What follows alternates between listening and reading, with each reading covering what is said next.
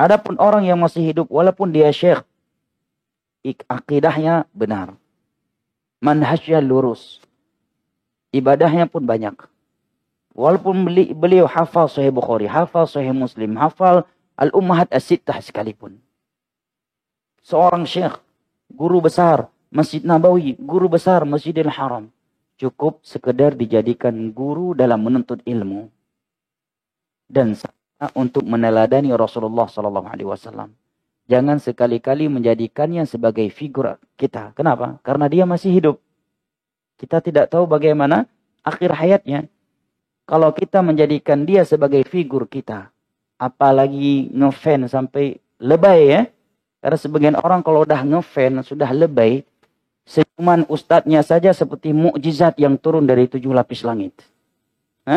Senyuman kiainya saja seolah-olah seperti mukjizat yang Allah turunkan kepada para nabi dan para rasul. Ya.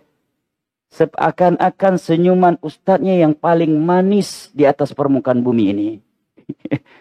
Terlalu lebay. Akhirnya ketika orang yang dia jadikan sebagai figurnya tersebut menyimpang, dia akan ikut menyimpang sepertinya.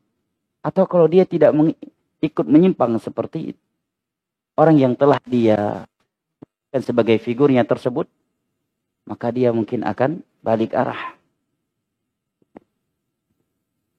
Alah, ustadz saja sudah jatuh ke dalam maksiat itu kok, apalagi kita yang bukan ustadz. Beliau aja yang guru kita sudah meninggalkan kewajiban ini dan sudah mulai melakukan maksiat ini dan maksiat itu kok, apalagi kita sebagai ikhwan biasa hanya sekedar penyimak budiman. Ya. Dia akan seperti itu.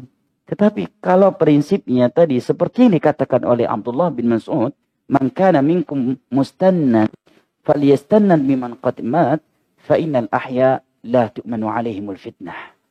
Barang siapa yang ingin menjadikan seseorang sebagai figurnya, maka hendaknya dia menjadikan orang-orang yang telah meninggal di atas kebaikan sebagai figurnya, sebagai suri toladannya.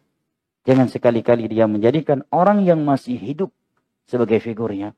Karena orang yang masih hidup tidak ada yang bisa menjamin dia mati dalam keadaan husnul khatimah. Kalau kita menjadikannya sebagai figur, apalagi kita sudah ngefan luar biasa kepadanya, begitu dia menyimpang, kita akan ikut menyimpang seperti dia. Begitu dia melakukan maksiat, kita akan ikut-ikutan melakukannya. Atau mungkin kita akan down dalam beristiqamah sehingga kita tidak mau ngaji lagi sama sekali karena kecewa.